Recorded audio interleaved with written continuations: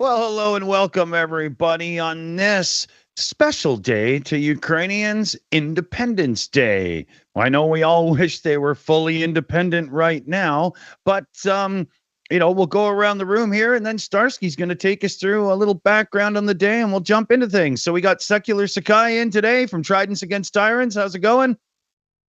Going Good. well. We got Slavy in today as well, and she's live on her channel. Got to get those hours in for monetization. So make sure you pop in and give a thanks and a like there too. How's it going, Slavy? It's going great. Good. Excited We to got be here. yeah, well, we love having you in. We got the regular crew, even Greg in Ukraine right now. So, and he's got some stuff to share as well. We got Commander McMillan in the house, retired U.S. Navy. How's it going? Pretty good. Awesome. We got Greg Terry. We'll get to him. I wanted to get around in the right way. I screwed that up. But Greg, your feet on the ground, and you got some stories to share already. Oh man, we're rolling, buddy, and helping and doing our part and celebrating independence today with many Ukrainians here. We've had a blast, but at the same time having a blast celebrating the freedom. We're remembering those that are fighting for the freedom and that have given their lives for that freedom and the freedom that is to come. So yeah, a lot to share. Going to be a good night. Cool. And we turn to Operator Starsky. How's it going, buddy? And, give us the lay of the land, a little background on the day. Thanks, bro. Everything's fine on my side. Today, Ukraine is celebrating its Independence Day. I remember in 2022, Russians were laughing, saying that it will be your last one. 2023, they were laughing a bit less, but they were still saying that it will be your last one. This year, they don't seem to joke anymore. Apparently, they understand that Ukraine, unlike Russia, has future. And this week, we had several interesting updates. There were several strikes on the Russian airfield. 3 Russian airfields were hit over the week using Ukrainian flying objects. We know that a bunch of Russian airplanes, including Su-34 fighter bombers, were damaged and destroyed. We're still calculating the exact number of those airplanes, but it's really good that airplanes at Savasteka, for example, were also hit. This airfield is used frequently by Russians to launch their airplanes like MiG-31s that carry Kinjal missiles. And also several Russian refineries, again, were hit this week. One of them is still on fire. Russians cannot put out the flames. That's why they invited priests 2 times who attempted to use their magic to get rid of the fire, but it didn't help. Also, we have Ukrainian counteroffensive in the area of Kharkiv and Zaporizhia. Currently, we know that in Kharkiv Oblast specifically, Ukrainian troops managed to take 2 square kilometers in a single day and secure their positions there, captured several Russian prisoners. So today, Ukraine is celebrating Independence Day. In 1991, on this day, Ukrainian independence was proclaimed, and all Ukrainian oblasts, including Crimea, back in those days, voted to separate from USSR, from Russian influence, and finally become an independent country. We keep fighting for our independence today because freedom is not free. It requires men with fists and weapons to make this independence happen. And I'm really happy that tonight we are joined by the whole world who supports Ukraine. And to us Ukrainians, you guys will never be foreigners. You are Ukrainians now. And we will always be grateful for your help and support. Good shout, man. Good shout indeed there. I was just getting a little bit of clicking on the audio. Was that just me or everybody else? Not hearing anything. It's just one of those days today. We had our other voice service completely fail on us. We had to jump to Microsoft Teams to even make the show happen. It was crazy. should we go to Greg then? Update us. Well, I would just say this, bouncing off of what Starsky just said there, reminded me of when I was just in Orikov down there above Robotny and in the city. And at that time, there's no people there. It's very, very dangerous there. And a couple of people came out of literally like a movie. I'm in the downtown. I'm there with military, grabbing a little bit of footage, and we're dropping some aid. We're dropping some real Cat 7 tourniquets and other things that the soldiers so desperately needed there.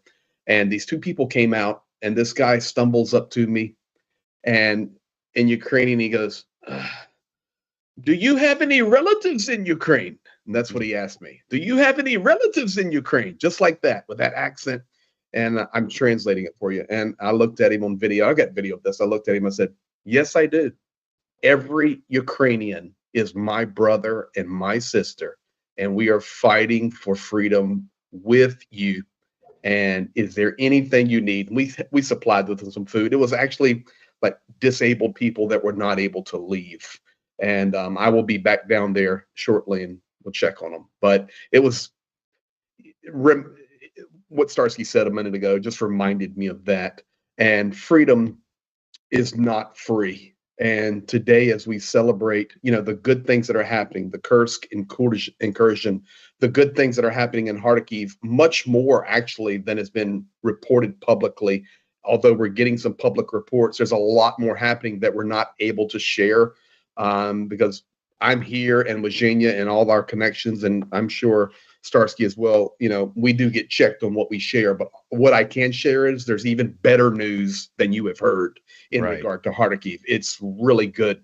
At the same time, Pokrovsk has to be a focus for Ukraine right now, and Kharkova, they have to be focuses because there's the key supply roads there, and it's public information, so it's no big deal, no upset there. But we have to focus on that. But this independence that we celebrate today and this freedom that we celebrate today, I think we would do a major injustice not to be grateful and thankful for those, even back to 2014. I go all the way back, let's go back to Maidan and the initiation of this that is now expanded to a massive, horrible war with a 1,500 kilometer long front, because I include Sumy and Chernigiv in those front lines. They're on the border there. And now, of course, with the front lines pushing into Kursk, it's a very, very long, horrible front line. And many Ukrainians have given their lives for this. And maybe this is the place you show that video, Dick. Do you have it loaded? Yes, I do. Yeah. And then it's just 2 minutes long. And let's just pause before we get going. And on this day, we celebrate Ukraine's independence. And I'm here in Ukraine celebrating it.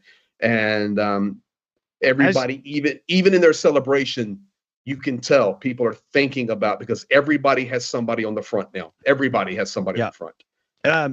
As we start here, as you can see, Slavy's definitely got. I mean, I managed to get myself a yellow T-shirt. Like it's a step, that's for sure. Yeah, you're halfway there. My Vishvanka actually comes from Kharkiv area. The design on it, because I was born in Kharkiv, so I'm extra representing Kharkiv and what's happening there. Slavy, I just want you to know, I did not know that you are a native Kharkivian. Yes. Mm-hmm. And I want you to know it is my adopted favorite city. I have two favorite cities. My home city, and I base out of, is Khmelnytsky, West Central. And then my runs run the whole front. But I have adopted two home cities, and I absolutely love Kharkiv. And my second favorite city that I love so much is actually Kherson. We do a lot of work in Kherson, and I love Kherson. So Kharkiv is special. My favorite place is the Georgian restaurant right in the central square, and that's where I occasionally. That's where I'm from. Is from the center, from the square next to the zoo. Okay, then we're neighbors where I stay in Kharkiv, so it's good. That's cool. Yeah.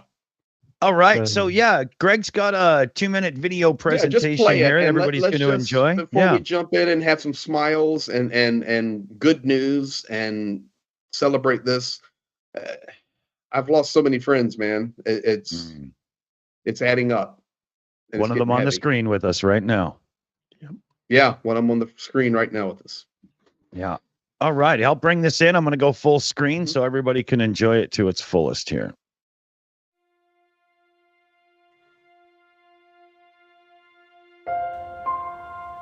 Hey there, everybody. Just want you to know we have safely made it, or I have safely made it. I'm in Ukraine. I'm in Lviv. And Zhenya just picked me up at the train station. I haven't slept in 2 days. And on the way to our home base there in Khmelnytsky City. And I try to share with you guys all the time the reality of this war. And we're coming out of Lviv right now. And I'm in one of the dead center areas of Lviv. And I look to my right. And there's a cemetery there being built that's just for soldiers. So guys, I'm going to show you the reality of what Ukraine is facing right now. And if you think for 1 second that Ukraine is not losing thousands of their best and brightest, this is just Lviv. I see this everywhere, all over Ukraine. And yes, I want you to see it too. So here we are. So they're building this, of course, the Ukrainian flag, the trident. But guys, every flag represents a soldier that has given his life. Guys, this is just Lviv. And this is just one cemetery.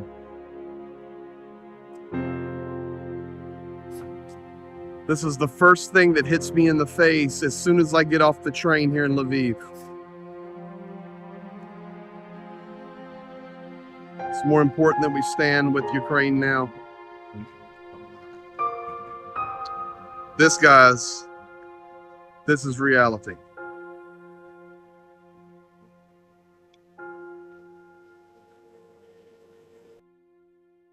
Thank you, Dick. So that was well done. Thank you, brother. So the bottom line is, as we celebrate Independence Day, and we're thankful and we're grateful, and I know, the way the Shills rolls, we enjoy, we smile, we laugh, which is needed, and I completely agree with it. Let's just not forget those that are paying the ultimate sacrifice, because, man, we were speaking of Kharkiv, Slavi. There's a cemetery in Kharkiv. It's 2 kilometers long. Yep. It's 2 kilometers long, and it looks like that. And I'm not trying to depress people. I'm trying to inform people that this is a high price. And because of that, the world must stand stronger than ever with Ukraine, because the price is so extremely high. So yeah, because of that, we celebrate freedom.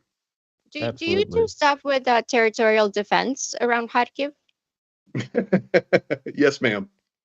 My uncle is, on territorial. Yes, ma'am. Yes, ma'am. We'll talk later. Work with them all. If possible, I would also like to add a couple important updates. Yes. Because today, together with us, 115 Ukrainian soldiers also celebrate Ukrainian independence. They returned back from the Russian captivity. I believe that Dick has a video somewhere. Yes, I do. I'm going to zoom in for this as well. Short video, but definitely has to be on the full screen.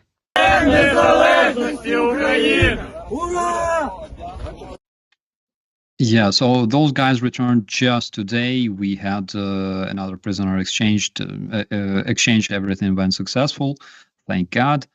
Also, Ukraine was congratulated with the day of independence by Belarusian dictator Lukashenko, which brought me like enormous cringe today, as well as Khamenei from Iran.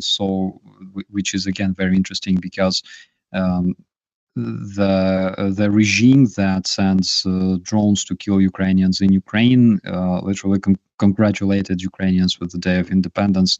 Yeah. It's something really funny. But besides all that, we also have update on Russian ammo storage in Voronezh Oblast. So there was another drone strike today, and tonight, and Russian air defense successfully intercepted all the drones with the Russian ammunition storage. So all those drones successfully were intercepted with with almost 5,000 tons of explosives and shells and rockets, everything that could go to Ukraine. I believe that Dick also has a video. Yes. Currently, there is this enormous fire burning. We have plenty of footage, not only from bystanders, but also from the satellite, showing enormous fire in the area. Again, will Russians bring new priests, in order to use the magic and put out the flames? I don't know. We will see. But I don't. For some reason, I'm convinced that in case of Russians, it won't work because they worship like the wrong god, in my opinion. Another funny thing that I saw just today in Kiev, Polish President Duda had a speech together with Ukrainian President Zelensky, and in his speech, President, like it's so like it's really cool. He said that when Russian soldiers will be running away from Ukraine, he will be the first to call President Zelensky, asking him not to eliminate those Russian soldiers. And as a response, President Zelensky asked, like, what if my phone will be busy? It's absolutely cool. In my opinion, guys, I think that you will see that video very soon because, like, oh my god, yeah. The more we like, the more days are counting of this world. Like, the more coolest things we learn and we can see. So it's everything on my end. Besides, like very cringy updates. Considering Ukrainian refugees in Russia, so basically Ukrainian civilians who chose to run to Russia. A lot of them are currently denied asylum there because Russians decided not to provide asylum to Ukrainian refugees who were convicted at least once.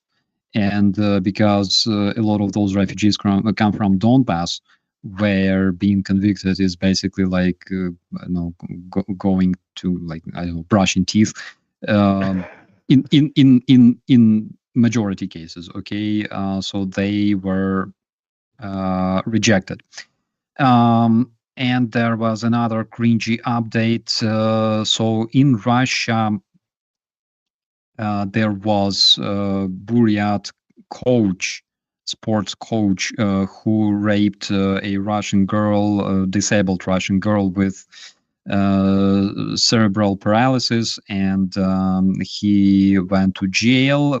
And the parents of this girl found out that he was sent to Ukraine to fight. So currently there's kind of a small scandal raising. We will see. And another interesting update is Russia saved Donbass people so much. So currently there's absolutely zero coal mines active at this very moment. Before Russian hybrid invasion of Donbass, there were more than 100 coal mines, not only coal, also metals, gas, etc. And 8 years after that, they closed the last working mine in Donbass. Wow. That's all. Right now, we're hitting Rostov. Throw that on the end of Rostov Oblast with some good stuff right now. And additionally, I would say one thing in regard to Duda. So when I come in, I have team members in Poland. And when I come in and leave Ukraine, of course, you can't fly in and out of Ukraine. So I come in through Warsaw, I catch trains and hop over here, and I'm picked up by my guys in Ukraine. I can tell you now, into the 913th day of this war, the atmosphere inside Poland is much different. Inside Poland, the local news is silent on Ukraine. There is very little news on Ukraine in Poland now. It is diminished, and even my buddies there that are Ukrainian and my buddies that are Polish are all saying the same thing. Greg, we really hear next to nothing now about Ukraine. Yeah, so it's a little odd on the Polish front. Let's just leave it at that. A little odd. Very much so. That's interesting because, for example, in Germany, like I'm listening to the radio in the car every single day, and in Germany every single day I hear about Ukraine, like local news in like NRW, for example, but they talk like often. Yeah, and I mean, and these are, Ukrainians and Polish, very good Polish language, listening to the local, wanting to hear stuff, and it's much, much less now. Hopefully that'll change. But basically neighbors. Correct. That is weird. Yeah, it is. It's interesting because I guess I haven't really actually tuned in and translated local news in Poland in Polish, but I still see things from Poland, like from TVP in English, for example, that's coming out about Ukraine.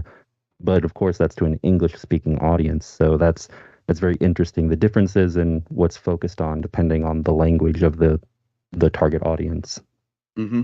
Yeah, TVP do great job debunking Russian myths and Russian narratives. They are fantastic in this regard. They were together with Baltic countries, they were first to introduce such, I would say, effective measure of countering Russian propaganda and Russian disinformation using their television. There's also such TV shows at in Baltic countries.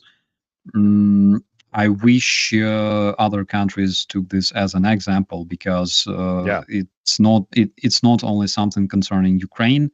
It's also something concerning whole world, because Russia is waging its informational warfare in every European country and in the North America as well.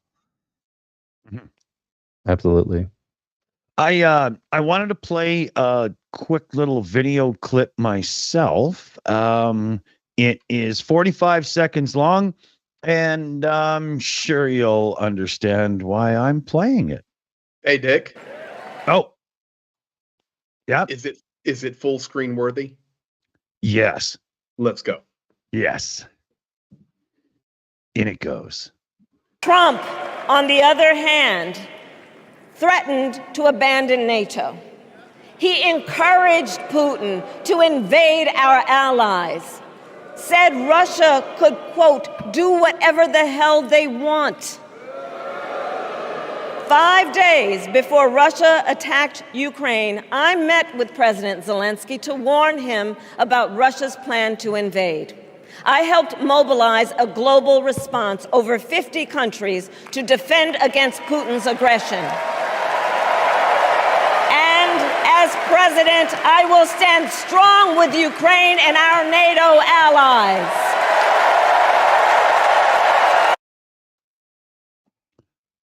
I thought that was an interesting clip from her speech that should be on the show today. Yeah, absolutely. I have a comment, Dick. The other day, I talked about it yesterday on my stream. The other day, I met some very, very, I would say, angry MAGA guy on Twitter who said that, bro, I support Ukraine. I bought drones for Ukrainian army, but I don't want American taxes to be spent on Ukraine because we have like our own problems. And I just, I found it really irrational because currently American citizens spend approximately 40 cents a day. It's a bit more than $100 a year, like annual, like roughly, okay, raw estimates. And we're talking about their taxes. Yeah. And it's much more effective than buying drones, which are important. I agree, they are important, but on a larger scale, if those taxes work and bring Ukraine all the necessary equipment and HIMARS and airplanes and missiles, this is much more effective and systematic and regular than spending thousands of dollars individually on buying drones that will be disposed during next month. Which is something absolutely irrational, as irrational as MAGA itself, in my personal opinion. Even what he said, oh, you can have my money and support, but don't take my money and support. Like it didn't, I can't even get my head around that kind of stupidity. It's happening a lot. I've been talking to a lot of Americans here, and this is a very common thought that the ones that do want to Ukraine because it's moral and it's the right thing to do, but the whole tax thing, it seems like they're really stuck on this, and then you try to explain to them how it works and you can't get to them, and it's very, very strange, strange. The $60 billion earmark thing they did a while back that's been trickling out slowly here. 60 billion within the actual budget of the United States for 1 year is just a little bit of money. it's come on, right? It's also a bit deceptive because a significant portion of that aid that's being sent is kind of, it's moving inventory stocks around. It's not paying for stuff that's new to then send to Ukraine. In many cases, it's taking existing old stuff that was going to be disposed of as surplus and then get sent. So the argument that, oh, it's costing too much really doesn't equate quite the way they think. You know what my go-to line became when they start complaining? I say, you can't give a Bradley to the poor or the sick and then everything's going to be better, because that's what Ukraine is getting. Yeah. So how do you expect to make things better with tanks? I mean, you can, but then see what happens. Yeah. So let's see here. Where else do we want to go? Commander, we haven't really got you in enough yet. During the week, anything that crossed your mind thinking about? Should we welcome the people of Kursk to independence? That's a good question. So one thing that came out reading through some of the reports this week, the Ukrainian forces that advanced into Kursk brought excavators with them. You don't do that unless you're planning to dig defenses and hold that terrain. So wow. The question is, how long? Is this going to be permanently, or is this just we're going to hold it until we get, Luhansk and Donetsk back? It's really difficult to say. But the fact that they brought engineering support stuff to make that feasible really shows that this was thought out well in advance. This is not some spur of the moment, oh, look, the front lines over here are weak, let's attack. It was, we're going to make this work, and they're definitely doing so. Do you think they're going for enough of a land grab so they can just go, look, you get the hell out and we'll leave?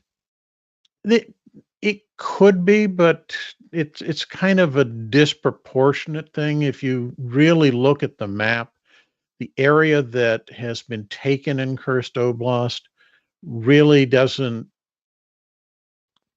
amount to that much in comparison to the occupied areas that Russia now controls. Mm-hmm.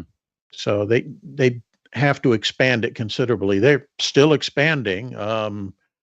The thing that really hasn't been made clear is that in addition to stuff going on in Kursk, they're also expanding offensive areas into the Kharkiv area. And I mean, the Ukrainians are pushing Russians out and starting to advance from that direction into Russia. Starsky, you wanted in there, right? Yeah, absolutely. So I don't really support the idea of referenda in Kursk because if Kursk people recognize themselves as not Russians, we are basically losing the source of babies to feed Ukrainian soldiers. So first of all, Russian babies are rich in protein, right? And if you want to, I'm serious. Clinical studies showed that a single Russian baby is better than like a liter jar of protein. Like seriously, if you want to gain muscles and stuff, you gotta eat Russian babies. You can cook stew, you can put them in the borscht. Their fingers look like sausages. Somebody's going to selectively take clips from this statement. Oh yeah, really embarrass some us. MAGA is about to clip that. Yeah, so I am against that because like, what kind of Nazi are we if we cannot eat Russian babies? Right. I agree. To continue on the negative side, I think it's worth noting that the Russians are continuing to advance, not in huge amounts, but hundreds of meters in the Avdiivka direction, and that's one of the things I think is interesting is that apparently they are so focused on continuing that advance that they are not sending as many troops as one would have thought to stop the expansion in the Kursk area. So by doing this, they're allowing the Ukrainians an easier ability to expand their salient up there. So it's kind of a question of who's going to blink first, I think. Let's see here. Sakai, you're muted in Teams if you're wondering. Okay. Where was I? I wanted to go. Oh, I lost myself. Let's see. Greg, during your travels coming up. How about now? Can you hear me? Yeah, there we go. Yes, yeah, but I can't hear you. Okay, you might have to rejoin. I don't know what's going on your end, but I know it's not the service right now. That's on a personal note. Greg, how close are you going to get towards anything Kursk? I've already been in Kursk. Oh, yeah. Okay. I figured as much. And there was also a thing. I don't know if this is something you wanted to bring up today or not, but I'm not joking you. I was in that region a year ago already on a night run with guys. Oh, okay. Okay. Okay. Isn't there? You guys hear me now? Yeah. We do a lot of work.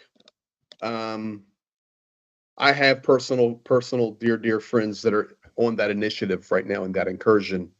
And it was the proper place to do the incursion. Let me just say it that way. Russia had lined up some stuff. They, the glide bombs, although Sumy was just hit a couple of hours ago, but the actual use of glide bombs has decreased. The ability to strike with artillery has went down. So it is good. I do have a concern about Pokrovsk, of course, and Karakova and that way. That's your two main roads that lead to Dnipro and Zaporizhia, but that's a different topic. The incursion into Kursk is awesome. It's needed. It validates to the world the level of soldiers that Ukraine has. It validates to the world the strategic planning that can be done when you keep your mouth shut and don't tell anybody and go do a job. Absolutely. So it validated Ukraine's ability, and I hope that will further bring supply to Ukraine because we can get the job done. But that was, I'm telling you, the perfect place to do that incursion. I've been there all along that entire region. I mean, right there, completely right there. And went on a night run one night. with some guys, and they said, "Do you want to go?" I said, "Go where?" "Go there." I said, "Where's there?" The next thing, we're trudging through the forest, and we walk right up to the border post, and he goes, "You want to cross?" I said, "Are you kidding me?" He goes, "Let's go." And it was a whole group, and we actually went in, farted around a little bit, and came out, and I was there. But reckless farted teenagers around in solid form to let the Russians know how much you appreciate them. It was great planning, great job on Ukraine, and it's reaping benefits. It really is. I can tell you this: it's been a morale booster for soldiers. It's been a morale booster. Yeah, there have been guys that have said, because I always, on my channel or whenever I'm a guest somewhere, I tell the straight truth, not my truth, directly from what the guys tell me. Yeah. Okay. "Greg, we're so thankful for it, but maybe it'd have been better to do something else." And I'm going, "I don't know. That's not for me to decide, but I can tell you overall, the boost to the morale. And think about us. Look what we're sitting around here talking about. Exactly. We're talking about Ukraine's ability to do something that nobody thought was possible. And it's good. So yes, I will be in all those areas. We plan to roll out tomorrow, and be in all of them. I have so many caring people on my channel, and if I say anything like which direction I'm going first, I get the messages like on Discord or in my channel, and they'll go, "Would you please stop telling people where you're going? We want you to stay alive." Yeah. And I know they mean well, and I deeply appreciate it. But I will never tell you where I'm at, where I went when I'm there exactly. But we will be running that entire front line. All of it. So yeah, we'll be up there. Didn't you also have to fix a little issue with paperwork, and you came up with the ultimate fix to make sure you never have paperwork issues getting back and forth anymore? Yes, I did. So coming across the border, everybody wants to come help Ukraine, and that is wonderful, and we need the help. But many people, especially Americans, get frustrated when they come here because it is not easy. If you cannot speak the language, and forgive me, Starsky and Slavi, but my ability to speak Russian helps me greatly, because they know I'm here as an American, and they're so understanding. And then many of the soldiers on the front, are Russian speakers. So there's never a problem with me. I know you're from Kharkiv. Da, хорошо, da. But it's never a problem. I've never had a problem. And a lot of that, is just misunderstood, to be quite honest. And we'll just leave that there. But yeah. One sec, Greg. We've got to say goodbye to Starsky. He's got to run. There's people outside his door, and they're come to collect. So he's got to deal with them. A new portion of freshly frozen Russian babies delivered. Guys, say that. Is there Russian babies? Guys, I'll be back soon. Hopefully, if we are still running, if we're still online, I'll be back soon. If not, guys, happy Independence Day. I love you. You are fantastic and great. And see you later. Awesome, buddy. Awesome. Here, I'm gonna dance the numbers around in the back here. One sec here. Okay. I swear, that whole spiel, there's going to be like 100 zombie mill loggers on VK trying to clip that. Oh yeah, this is gonna get clipped. All his Russian fans and MAGA fans will for sure clip it. Yeah. I wanted to tag on something that Greg was just mentioning, and it's still, to me, one of the most impressive things is how good Ukrainian OPSEC is. It's just astounding how they can keep so much information locked away so that the Russians don't know what's going on. And it's truly impressive. Agreed, Commander, but they learned it the hard way. Oh yeah, and I know. They learned it the hard way early on in the war, and now they're just it's very locked down. And We worked directly with commander levels on battalions, and there are certain things that are shared with Jania or myself, and Jania will say, okay, never open your mouth about this. Never. And we always abide by it. And Ukraine is getting so much better with their operational security, not letting the left hand know what the right hand's doing. Now, in a positive manner, they've done that in the past, early on in the war, where it was a detriment, where they were not working together and they were keeping separate. But now they're doing it as a net positive for their war effort, and it's a huge deal. But back to what Dick was saying, I came across the border, and probably I have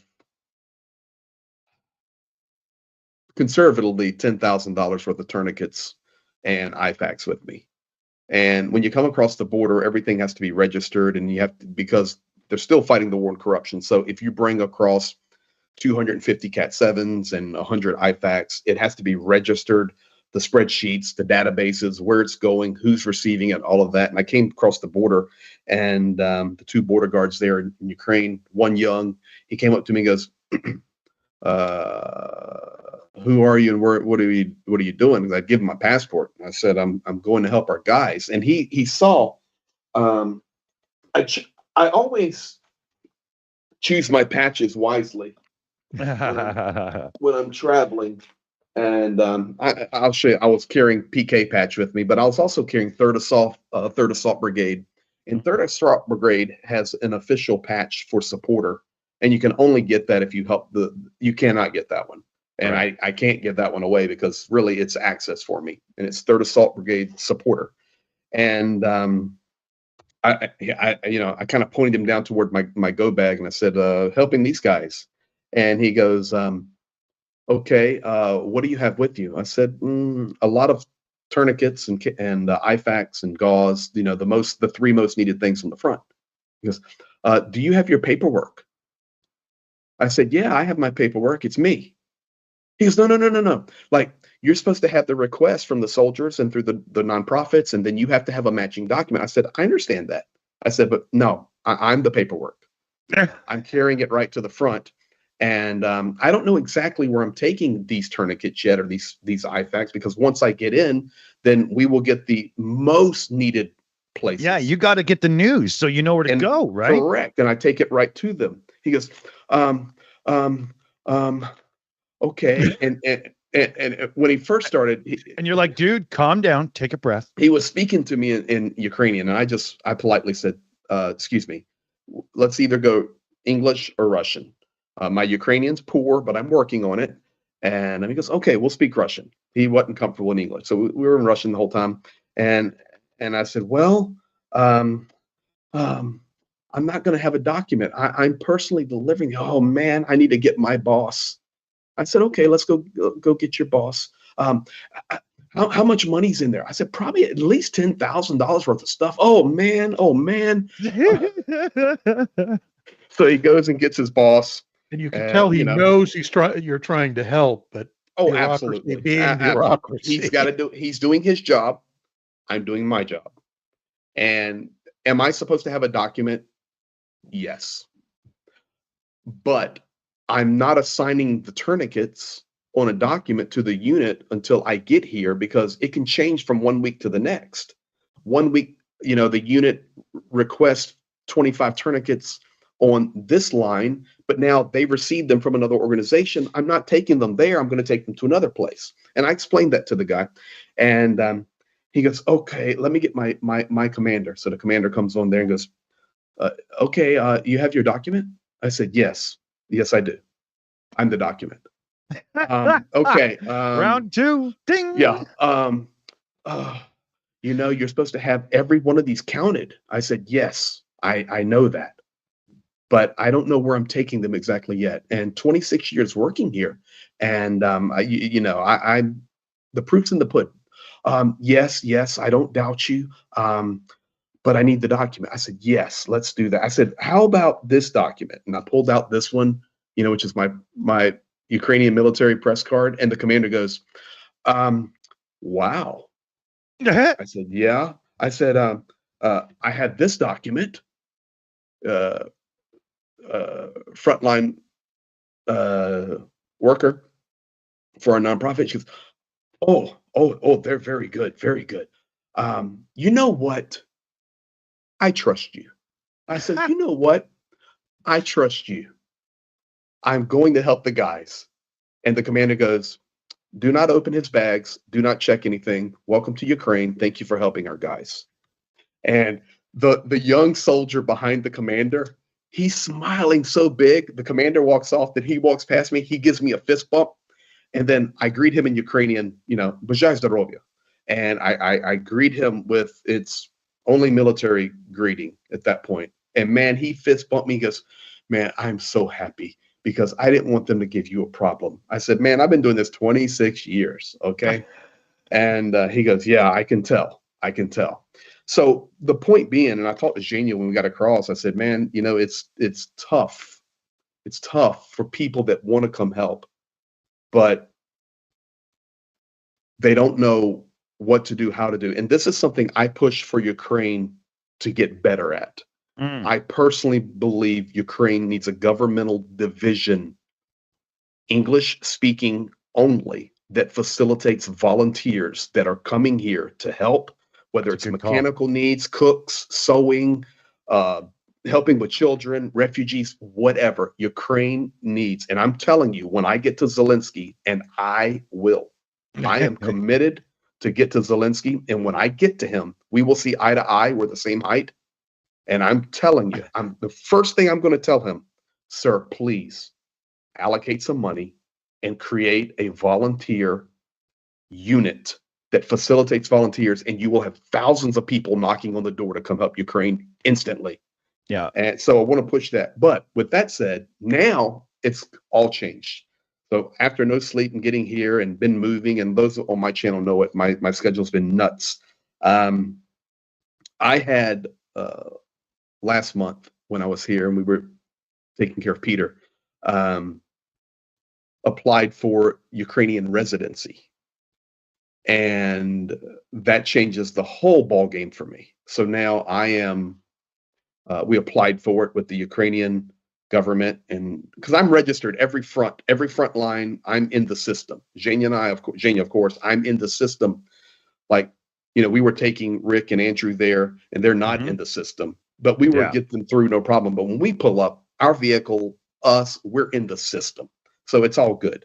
But now everything changes because Ukraine granted me war volunteer residency permit. And this is it right here. I am a legal resident of Ukraine. That's amazing. That's it's so big, cool. dude. It's big time. And I said this. Listen, now you can just show those young guys that get nervous and say, "Don't worry, pal, I'm good." Don't worry, we're good. And What are you? Hold on. So this picture was taken, and I will never forget it. This was right after Pete was killed. Yes, you see my I can hair. tell by the haircut. I did Pete's haircut when I was registering and doing all the your thumbprints and all bio scans and all that. And so I sent this once I got it to some of my friends back in the States, and they go, "Man, you look like a real Cossack." I said, "Well, thank you. I appreciate that." But that's quite the compliment. It is a compliment. But Slavi, you'll understand this even more than anybody. This is a big deal right here. It's huge. It's huge. It's a huge deal. So what that means is for all of us on all of your channels, all of our work together in communities, we cross lines and we work together as a big family. That's a big game changer for all of us and for the ability to get aid into Ukraine. So exactly. Correct me if I'm wrong. Didn't Ukraine, maybe I dreamt this, didn't Ukraine make English a second language? They have. Okay. And yes, it was memed, MEMED, for a couple of years with, gonna happen. But now, yes, it has happened. Where English, I don't know if it's official on the books yet, but yes, I don't know if it's went through the RADA yet, but it's done. English, it's so important. Yeah, it's crazy how far we've come. When I was born in Ukraine, and then especially in Kharkiv, Ukrainian was the second language. First was Russian and then Ukrainian. And I'm just so glad to hear how far we've come, and it's how it should be. So, well, the bottom line is this. In Slavia, you'll know this as a native Ukrainian. If Ukraine does not make some changes, it would be very difficult for this nation to integrate into the West. And I can report to you guys that they are aggressively making changes. Yeah. And you can't flip the Titanic around, in a day, in a month, in a year.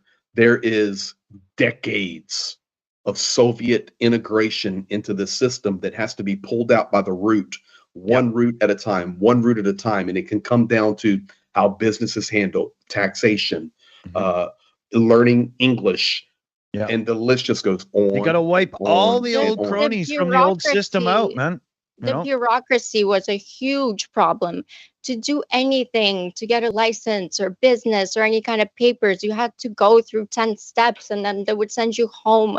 It was just such a headache. And what Ukraine is doing now is through Dia app. They have digitalized, I think it's the leading country to digitalize anything that you need from the government. I don't know, Greg, have you filed your papers and got all those things? But through Dia, correct? But yes, that's correct. But everything is digitized, even down to driver's license. Everything is digitized. It's really, really good.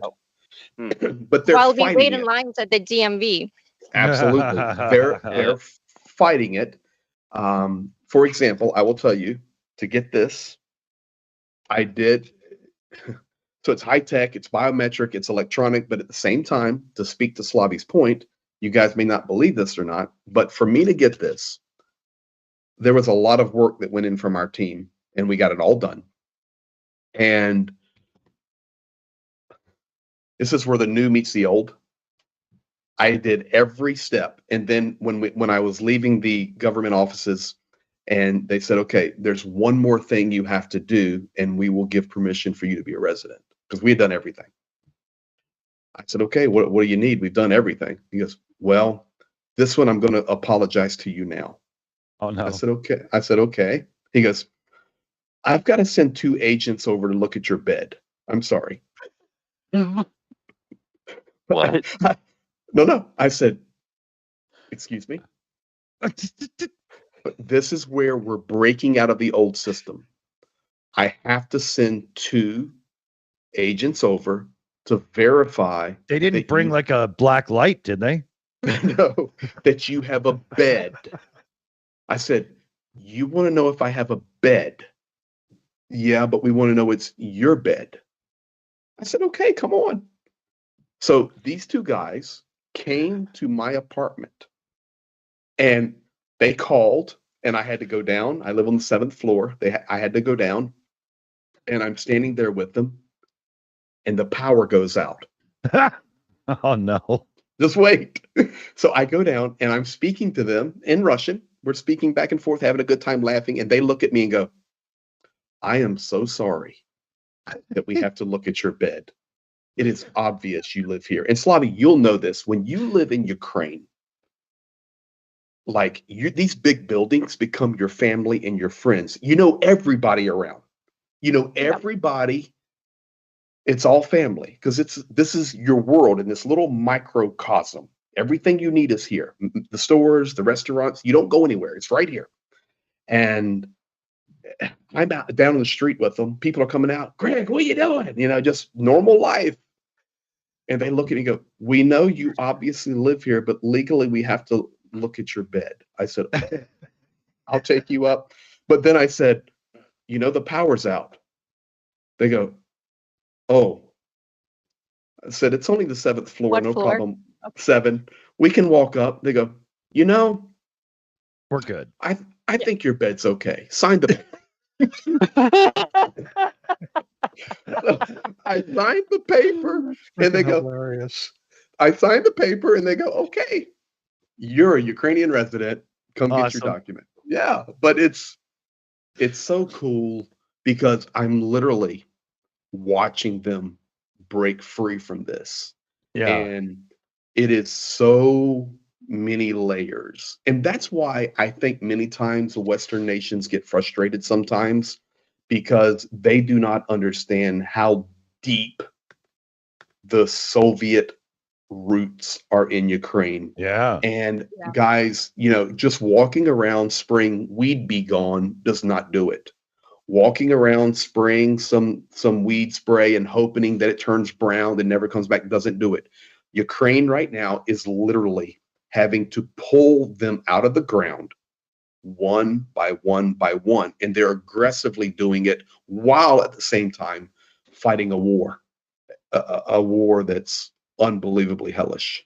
And the Yeah, whole there was corruption thing. I mean, they're Ukraine is most improved country in terms of corruption. The index. yeah, That's pretty EU incredible just during wartime. Yeah, It EU is. just put that out recently. I remember reading this and I was thinking, wow, because the EU are obviously really paying attention and, they're I going will to tell you actually this. know. I They're will not tell going to you lie. this is. Right? I will tell you this as well. Now, tomorrow we plan to begin one of our journeys. In the further east and south I go, whichever direction we choose to go first, it gets, of course, extremely dangerous. But in general, I feel so safe in Ukraine. The worst thing you will deal with in Ukraine is a fellow that's had a few too many. Yeah. And, just give him a hug and a slap on the butt and say, you need to get on home, buddy. And that's all you got to do. But as How far Canadian as, that. let me tell you something. My daughters are now older, and my son, and my son's a big stud football player. My daughters are 22 and 24, but I brought my family here when they were children. I would gladly let them walk down the street with no problems. Mm. I was gonna say, do you know why? Zero it's so fear. safe? Do It's what? because Russians are running around in the West free with their visas and everything. That's why we're not safe. But in Ukraine, they're not. So Yeah. Correct. I mean, That's a good point. Ukrainians are kind people. Ukrainians will give you the shirt off their back. I would love just to do an experiment sometime, and maybe I will, just for a video, just to show people. I would be extremely confident to walk up, and Slavi, you'll know this. My favorite thing is to walk up to a building or in a village and see the three grannies sitting on the bench having a conversation. And what I like to do, guys, is Little pigeon food. I go and I tell them, slide over, and I get right in the middle of them and I sit down and Oh, we boy. start talking. I drive them crazy, and they're going, oh, what are you doing? I said, I'm sitting here, and I tell you what, you're looking pretty tonight. I may give you a kiss, Granny. And I just start having fun with them. Okay. And they love it. They love it. Yeah. The point being, I really want to do this as a test just to show Ukrainian kindness for the world to see. I would feel very comfortable walking up to anybody, any little granny sitting around, and they're everywhere, and walk up to them, not knowing them, and say, would you please give me a bowl of soup? And I'm telling you right now, they would jump up and they would say, are you hungry? Yeah. I said, yeah, how about a bowl of soup? They go, come on, let's go. I promise you, Oh, yeah. 99.9999% of Ukrainians would open their home instantly and Yeah. feed you and clothe you. That's who we're supporting, do not you the know lies. why that, especially "Are you hungry?"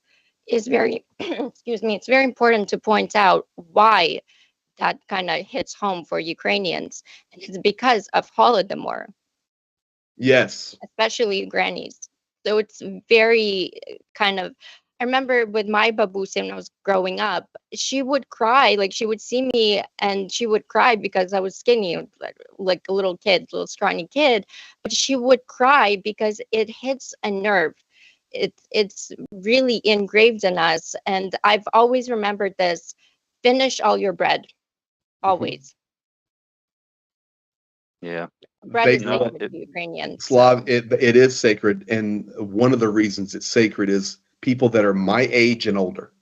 So Slavi, I know I'm older than you. It's obvious, quite a bit. So you're probably like what, 18 years old, 19. I'm being, there you go. Got it. I know what to do. Very, very kind. But anybody my age and older, if you were in Ukraine, you would have grown up during the peak end of the Soviet Union. And anybody my age or above, no matter what city you're in, would have stood in line for bread for up to 8 hours. And you stand in line for up to 8 hours, Dick. You would have been standing in line, sir, if you grew up in Ukraine, for your family to get bread. And when Yeah, if you remember the Soviet times, the only way people survived was by having kids, because kids, they can eat bread or salad. So they would get these tokens, and they would stand in line for, I guess, baby food, but babies, breast milk and everything. But that was one way of survival. And that's how my parents survived. So correct. And I can tell you, I have so many friends that are my age that was there getting in the bread lines, and they would say, Greg, I'd stand there all day, 8 hours. And then you get up and you're like 11th from getting bread, and they would say, no more bread, come tomorrow. And so that's what we're talking about here. Like, bread is sacred to Ukraine, and it's horrible. Makes sense. What this Remember nation what has went through. Polish protests, when they started to dump out the grain from the trains, that was the biggest insult to Ukrainians. Oh, absolutely. And that's why, even when you look at, and we can go to a completely different topic that's related here, but the grain war that has happened since this war began, with Russia stealing grain or taking it to Russia, not allowing Ukraine to export, is as much economic as it is psychological, because Slavy is dropping on you guys tonight here in the Shills Ukrainian understanding that you probably, if Starsky was in here, he would give it to you as well. Like, bread is king. Bread is king. And when explains why the Ukrainian family by me that have a bakery, and I think their Portuguese partners have the deli side. This is why they have the bakery. This really makes a lot of sense now. It does. And that's why Slavy was explaining it. When the grain war, during this war, peaked with all the things that were happening, it was as much a psychological blow to Ukraine as it was an economic blow. And so tonight on the Shills, great topic to learn a little bit about. But in Ukrainian culture, bread is very, very important. And I would even use the word sacred, like bread's sacred. Sacred. Yeah. Mm-hmm. Oh yeah. Another person I know who I don't think has ever been here on the Shills, but just like Greg has for years now, more than 10 years, gone back and forth to Ukraine, doing different work. Her way of support is with a bakery where they fundraise and they do humanitarian help. So it's a very big cultural thing. Yeah. Here, I'm going to jump in with some shout outs here. Hey, what you got there? Nastoyeshi Pepsi bez cukr. Pepsi Zero. Yeah. Without sugar. I'm just translating. So here, we got some shout outs here I can do. So direct donation in. Kobe Jack in the chat. Thank you very much. We got $40 in for the Boom Boom Fund and $40 in for the Beer Fund. It's somebody after my heart, they show up and bake a cake and I'll marry you. All right. We've got, let me clear up super chats and gifting and stuff as well. Dunk on You gave out 5 Shills memberships. Thank you very much there. We had Petra Olsen come in with her standard amazing donation of 129 from the Swedish realm with love to Ukraine. Thank you very much, Petra. Yes, Dick, I need to interject there. Okay. First of all, dunk on you, such a great supporter of Ukraine. But Petra Olsen, that is called the Swedish non-smoking initiative to support Ukraine. Oh, okay. Well, I'm doing great at that. Yeah, you're a master of that. But other than that, we're good. Yeah, I'm going to champion the cause starting right now. Here, does that count vapes, or am I really screwed? You're good. Thanks, Bethra. We've got Spider Fate gifted out a membership as well. Thank you. Yvonne Way with a super sticker. She's queen of the super sticker around here, and it's the little pear guy blowing out hearts. I think they're like heart kisses or something. Thanks there, Yvonne. SSW Custom Sewing. Please go say hi in the chat on Slavy's channel as well. Good shout out. Yeah, we'll drop the link so everybody can go over and count a view and say hi in the live chat and click like, because that helps with the algorithm, right? That's what we're trying to do here. And then Yvonne Way came in with a second super sticker. We must have a sound effect. There we go. And he's handing out big, huge cups of coffee this time, I think. Although I'll leave it up to you what goes in the cup, everybody, because we have Coke Zero, we have Not So Zero, and other things as well. So, yeah, we're caught up on shout outs. Thanks, everybody. And remember also, actually, we got one more shout out. We've got our NAFO fundraiser running with the Portuguese Battalion of the NAFO 69 Sniffing Brigade as well. So we'll get the link in the chat. It's pinned at the top. It's the top one right there. And let's see if we can't get that over the top. And then we'll switch our gears and we'll be sending money into Greg's pile again. So, yeah, either way, there's always cash to be sent somewhere. So thanks for helping us, everybody. Absolutely. Our Boom Boom Fund just hit over 20,000. So, awesome. Yeah, there's been a lot of money shilled out in just the last little while. Thanks, everybody. Huge thanks. Let's see here. News-wise, I know there's a few things we could get into and whatnot. Sakai, you probably got a couple of loaded and ready in the old holster there, don't you? Oh, Slavy had one. That's what I was trying to get to. Sorry. We'll go to Slavy first because she had something that's not in the list, and then we'll continue on. There we go. Yes, I have very good news, and it's huge. And it's that U.S. investigates Americans linked to Russian state TV. I said this would happen, by the way, to those that spread propaganda, and this is just the beginning on the propaganda crackdown. But the U.S. Department, the DOJ, has embarked on a groundbreaking criminal investigation targeting Americans linked to Russian state-controlled television networks.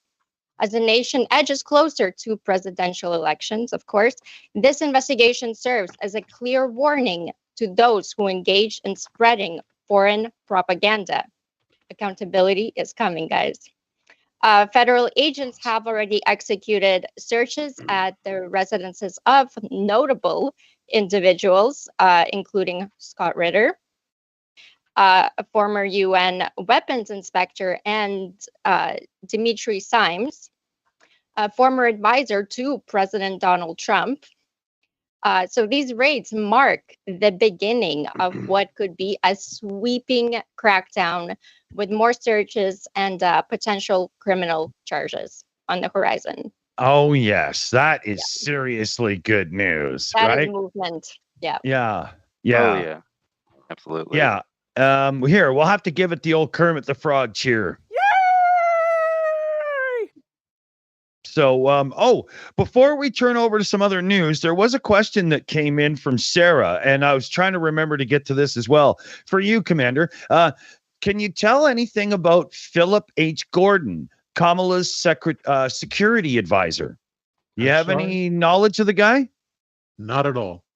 And I just saw the question come up in the question thread here, and I'm doing a little research on it right now. I will probably not finish while we're still streaming, but I'll put the answer up, and then Annette can share it to everybody.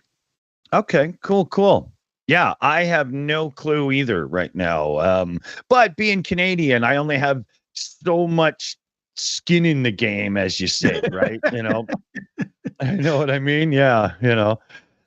So let's see. Secular Sakai, where are we going next? Well, as far as news goes, we got a couple different things. So let me move my news to this screen and keep my volume here because it keeps dropping it because of Windows. Okay, so piece of news that's quite interesting that some people may see depending on which social media they frequent. So, of course, this is nothing new from the Russian side. Russian propaganda. Where'd you disappear? Russian propaganda spreading fakes about Ukrainian forces looting in Kursk region. Yeah. So this is from ukraineforum.net. Russian Telegram channels, and I'm sure it doesn't say here, but I'm sure VK is in on that too, have recently begun to circulate disinformation about Ukrainian soldiers participating in an operation in Russia's Kursk region, allegedly stealing icons there and then sell them on the OLX online marketplace as proof. They distributed screenshots of ads from the Ukrainian marketplace where the authors allegedly indicate in the description that religious icons from churches. So it's basically fake social media posts that the Russian churches are being looted and then religious icons being sold by Ukrainian soldiers. And I would say I bet they just give them away. Yeah, well, I mean, I'm sure they probably. I was going to say it makes sense that this would be kind of the approach that some propagandists would use because religion or the church, Orthodox Christianity, especially for older Russian viewers or social media users, it's a big selling point for Russian propaganda in a lot of realms. Yeah, the Orthodox old schoolers. I mean, Greg, you got your foot in the game when it comes to this kind of thing on home soil, but the Orthodox old schoolers really seem to be ingrained in that old way of being Russian, and they're just not helping anybody, are they? Well, Starsky was dealing with it on a stream a day or two ago, and we've addressed it. To be quite honest, this needed to happen a long time ago, specifically speaking about the Russian Orthodox Church, because basically it's nothing but aspiring, and it needed to happen. It was utilized for nefarious projects, not only in Ukraine but really throughout the world. And it's what is supposed to be a beacon of hope is actually a haven of hatred. And we have to. This was. You're on a topic there that's tough for me because you have to. What was meant for good was used for evil, and it needs to be destroyed and eliminated. Now, with that said, the narrative that the Kremlin likes to spread and have spread for a couple of years, and that is Zelensky is anti-church and destroying churches and destroying Christians and all of that. That's such a bunch of crap. Yes. Ukraine is a very Christian nation and very supportive of things that are good. And I'm not saying that non-Christian is not good, so don't go there. I'm just saying. No. Ukraine is a very Christian nation, but this Russian Orthodox nefarious unit must be dealt with not only in Ukraine as it has been and will continue to be because they're now banned, but also throughout the rest of the world. So just remember this: the king, Kirill, there in Moscow, probably, and I will put it this way.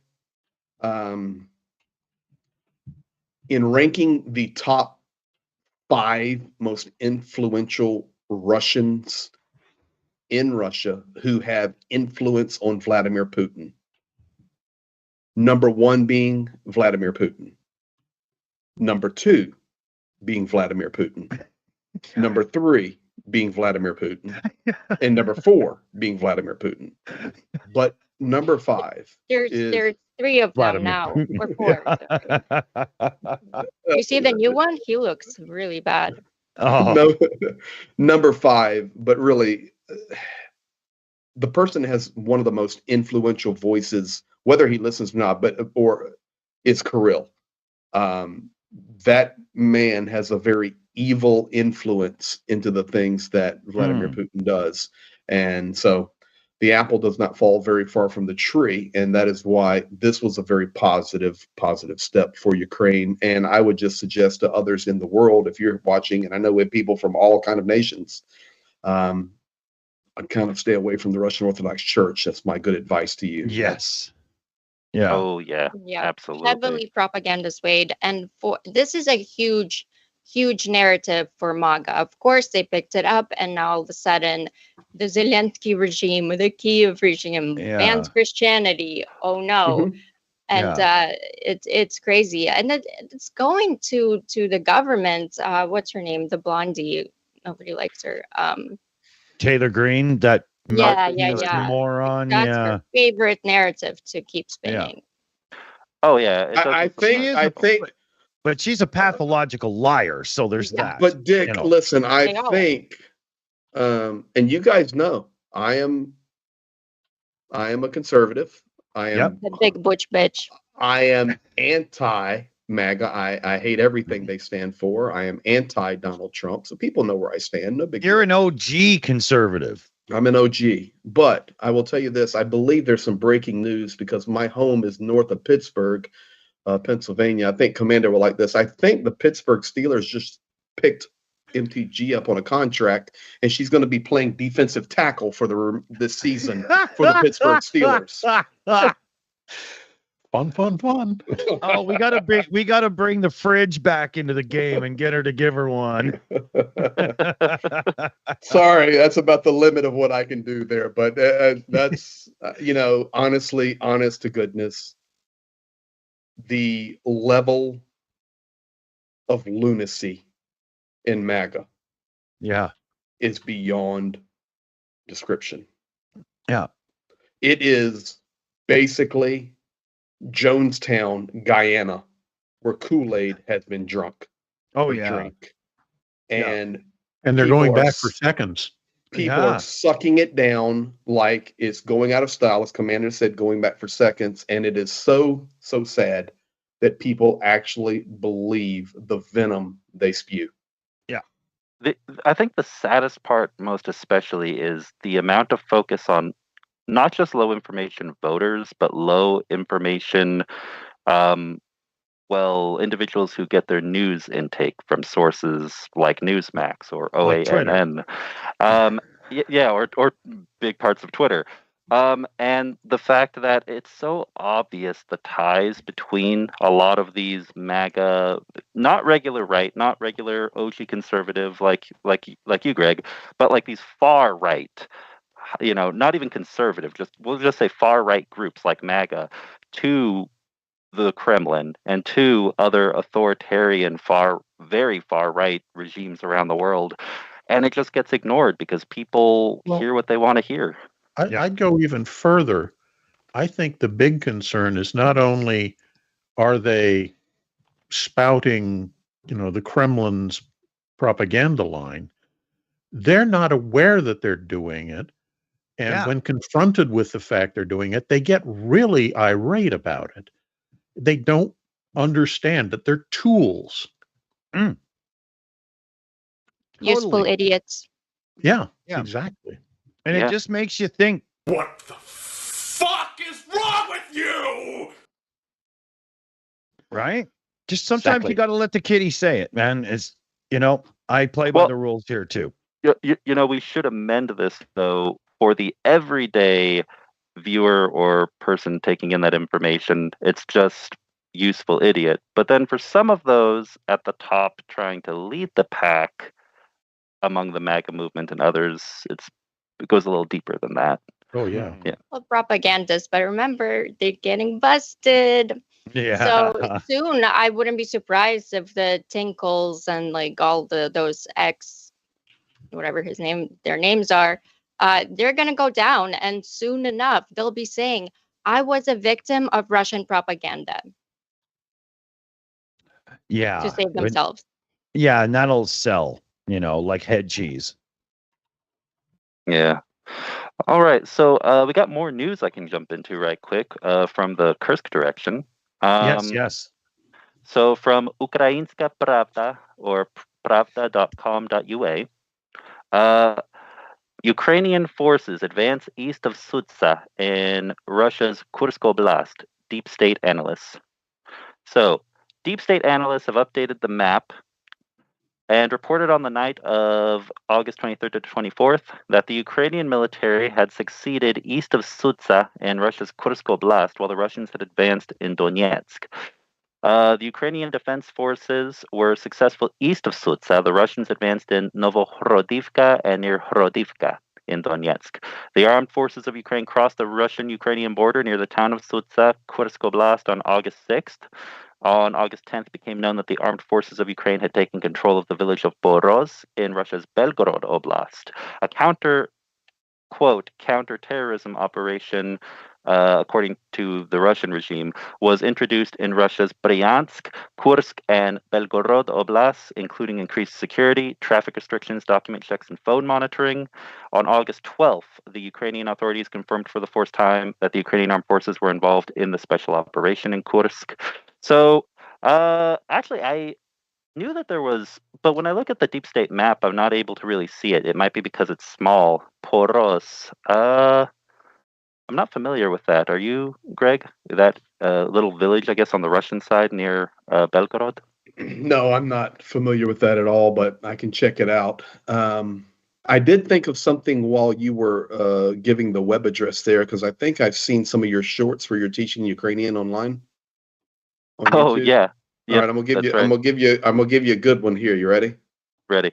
So you drop the web address there as and Slavia will appreciate this, but you drop the web address as pravda.com.ua. Mm-hmm. Okay, so just change your dot for tochka. Tochka. Okay. Tochka. Tochka. Tochka. It's period. Okay. Pravda.com. Tochka ua. Oh, there you go. Tochka. Okay. Tochka. Pravda.com.ua. Okay. There you go. Sounds good, right. brother. I'll give you a single parentheses without a colon next to it. And I will tell you, we like to use the tochka. It's like period, and the same way, kind of in English, like, listen, guys. If I'm speaking Russian, okay, this is it. This is all we can do. We're done. We got to roll. Please, no more Pepsi, no more cake, no more soup. I've got to go. Tochka. Period. All right. Yeah. There you go. That's your lesson for today. Because I appreciate you, man, being on YouTube and doing those shorts, helping people learn Ukrainian. Very, very much appreciated. Oh, thank you. Yeah, actually, I've actually got someone who can help me now with making shorts too, because of the 1,000,001 projects I've got in the fire, and I hate how busy I am. But keep an eye out. We're gonna have a couple of those dropping again here pretty soon. Sakai, there's a question here for you as well. Liam Wakefield in the chat there on the mod team and all. Where in hell did you get that shirt, dude? Oh, the shirt? So yes, this Vyshevanka, which is made in Ukraine, handmade in Ukraine. I got it from. I actually have a video on my channel about it, and you know what? Hold on. It should be just.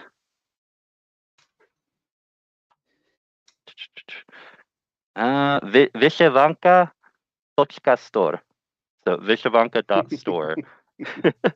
If you want to find this exact same Vyshevanka, if you want to find this exact same Vyshevanka or a bunch of other great designs like it, look up Vyshevanka by Masik Valeri at Vyshevanka.store.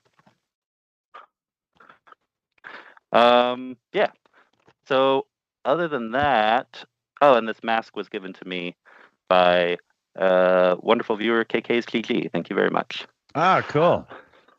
All right, so let's see here. What other news do I have? I've got the Russian icons that were, fake images that were edited on social media. I'll give you a piece of news right now. Right now, guys, I want you to understand how dangerous this war is. Yeah. Okay. A couple nights on our stream, Zhenya showed where we're giving out sugar cubes. Sugar cubes is the slang for. They were not laced with LSD. This is not 1969, people. I was thinking where exactly. This Sugar cubes is the slang term in Ukraine for personal drone detectors. About between $50 and $150 a pop. And we showed a video of us giving one to a soldier who had been wounded by 3 drones. And he didn't have one, so we gave him one. So on my stream, people just started saying, okay, I want to help buy a sugar cube. And we did a little sugar cube. It just happened on its own. And Zhenya going to be buying another half dozen, and we'll be distributing them and giving them away on the front lines to soldiers cool. that need them. But just this evening, in Kherson, city where we stay in Kherson, and we always tell you how it's dangerous. And Zhenya and I, when we go into Kherson, we only go in pitch dark, and we're completely blacked out, and our vehicle's black and fully body armored, and we actually go in the dark. He's cruising in the truck with basically it just in neutral and barely idling. We're kind of going down the hill to where we stay, and I'm over on the sidewalk, and I'm listening for drones and communicating to him, and I get us to our place completely blacked out. And we have all of our protective devices, but today a police officer in Kherson was killed by a drone that dropped ordnance on his head. And it just happened, and he was literally sitting in his police car just doing his job, and the drone came over, dropped the ordnance, and killed him. 39 years old, 3 children, and lovely wife. 1 sugar cube would have saved his life. And it's unfortunate, we got people everywhere. We can't get a sugar cube to everybody. But I just want you to know, Professor Gertis and I put out a video before this about the danger, 3 reasons why Ukraine will not quit. And then he went off on another little topic talking about the danger in Pokrovsk. And now that FPV drones can reach Pokrovsk, I just cannot explain to you guys how dangerous drones are. Wow. It's so devastating. And like Kherson, completely covered by drones. So that's why, we never go into Kherson in daylight. Never. We only go in pitch black. And we do every precaution possible to save our lives. But this police officer, and I've got video, he's just sitting there in his car, and the drone just comes right over, identifies it as a Ukrainian policeman, not a military, just drops the drone. And it's just, this is happening every day. And we need to do all that we can do to help protect lives. So it's just unfortunate news that happens, but it's so sad. Yeah. Cheryl Wakely, I did see your email about Zhenya's sugar cubes, and I will reply. Thank you. Commander, there was the Liz Mailer in the chat there. Russian Ministry of Defense, how are they feeling about being run by the FSB there, the former KGB? There has long been tension, even outright animosity, between the military and the internal security services. If you are familiar at all with the movie Death of Stalin, it shows that it goes back as far as that, and probably went back considerably further, like into the 30s with the Great Purges by Stalin. One of the primary targets of those activities were military officers, because they were seen as a potential threat to the ruling civil authority. So, from personal experience, when I was in high school, we lived in Turkey, and my father would invite friends being foreign officials, and we lived like a block from the Russian embassy. We'd invite them over, and we'd watch movies together.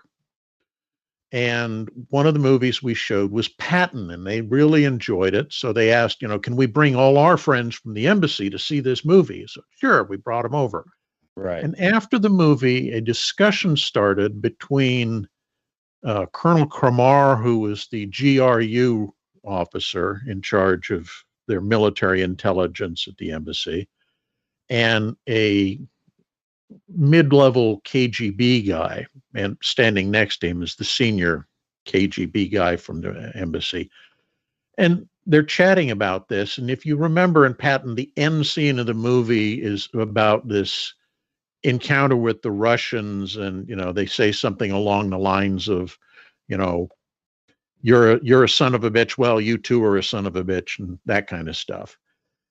Anyway, the mid-level KGB guy said something to my dad of, you Americans are so very lucky that the war did not continue between the USSR and the United States, because we would have crushed you to, dust. Right. And at this point, my dad turned to his friend, Colonel Kramar, who was the GRU resident, and said, "What do you think, Colonel?" And he's talking allegedly to my father, but staring directly at this junior KGB guy. And he goes, Hugh, it would have been very interesting, because while our military was extremely strong at that point, everything we tried to do was always interfered with by the intelligence apparatus. And it would have been very interesting to see how that came out. I think we would have won had we been rid of the influence of the NKVD. That's funny. And, it was like, and you could see the two of them glowering at each other. You could tell they really wanted to punch the other guy out. Yeah. So we got a level of hostility between those groups. We got to say goodbye. We got to say goodbye to Secular Sakai here. He's got to run. Yeah. Sorry, secret agents are waiting for him. So always. My phone. Yeah, my phone just died, and I've got 5 minutes to get to where I gotta go. So I'll see y'all next time. All right, man. Take it easy. Right. See you, brother. Bye. До побачення. Bye. Thank you. All right. I think he's Только learning. скажи точка. Все хорошо. Точка. So what do we got time here? Dick, Yeah, we got about 10 minutes. I need to 15 say minutes. something. Yeah. So in my email, my inbox, and I just checked it, Cheryl Waitley had said, "Greg, did you receive my email?" I said, yes. I assumed, because in my email, I get tons of email almost every day. Just people reaching out, wanting to help. So Cheryl Waitley, if you are in here, I just went through all my incoming emails that I will be responding to when Jane and I are on the road and have thousands of kilometers to drive. I do not see it. So did you send that to me in email or Discord or somewhere? So please send it again, or go to my website and click contact and send it through that way. So I just want to make sure Cheryl understood that. So Cheryl, give me a plus in the chat or whatever, so I know you got it, because I want to be honest. Yeah. So I had a lot of emails there. I assumed one was from Cheryl, but I don't see it from Cheryl. So maybe I missed it. So please get that to me. Yeah, worth making sure of, for sure. Absolutely. Cheryl, the Tues supporter. Yeah, Ukraine. absolutely. Yeah. Always here as well. Absolutely. White Fishy One in the chat was saying, "Hey, Greg, what about a fundraiser that just focuses on the sugar cubes then, and see if we can't get some good stock built up and, Yeah, it's really a great idea, because that is something, you can do that right now with the Shills through our direct donations. Just put hashtag sugar cubes. That is also something that people can, the armored vehicles are on the ship right now. They'll be to us very soon. And these are incredible vehicles. That's a $300,000 project. Yes. And sometimes you look at a project like that and people go, "Oh my gosh, that's a massive project." Or like what Jake Bro's doing now, the $1 million project. And you look at it and you go, "Okay, these are big projects. Will my $50 help?" Are you kidding? Absolutely. Damn right it does. And lots of $50 help. But now, it's almost like people go, "Holy moly, I can buy a sugar cube." Okay. Yeah. Myself, and really know I'm protecting somebody's life. So yes, that is coming. But guys, we can do it, and people donate, and we do it on my live streams all the time. It just randomly happens naturally. But I am so determined to get these armored vehicles delivered and hand the keys over, so that the world and the global communities that work together can know, okay, Greg delivers what he says he's going to deliver. Now, these Oh, were we not already like, know that. I know that, but these were not like regular just trucks. These are military grade vehicles. So there's a whole different process for getting these across the border. And it's imminent. It's happening.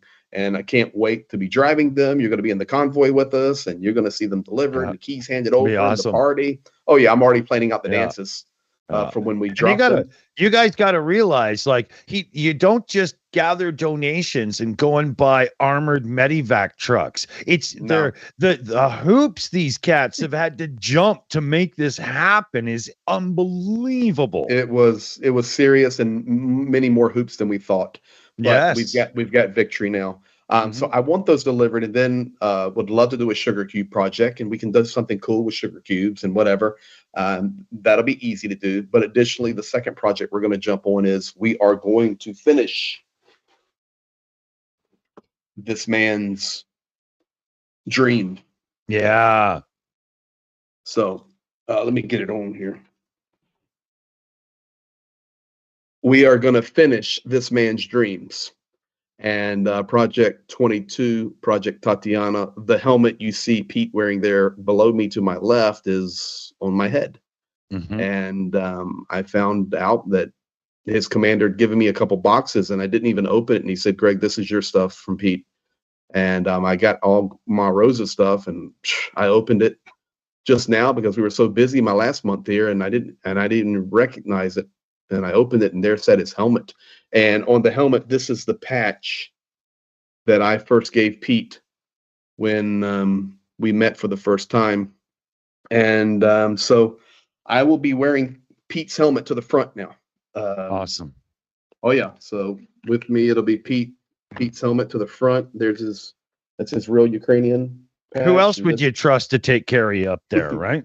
This is his Ukraine, and this is the original Angel of Bakhmut project or Tatiana patch that he had made just really early.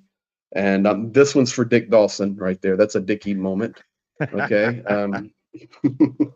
But so there is no way we're not going to finish the Project 22 and help Project Constantine succeed in that. So absolutely. That's what we're going to do. Yeah. Pete, so yes, Pete, more things coming. Pete carved my son's name in the rifle one day up there, sent me pictures and stuff. Yeah. So somewhere that rifle is still, and it's got my son's name carved into it. It's pretty cool. Was it his rifle? I'm almost 100% positive. Yes. Okay. I will be there imminently, and I will check it. And if I'll get you. It should say Felix Dawson right on the hilt. I will be with that weapon soon. I'll give you a fresh picture. Yeah, that'll be cool. Cool. Yeah, Felix thought that was pretty neat, man. That was cool. Yeah. Let me just check the time here. That helmet will have a glass case, I promise you. Oh yeah. That's set worthy, afterwards, right? That'll have to be, absolutely, right? Yeah, it's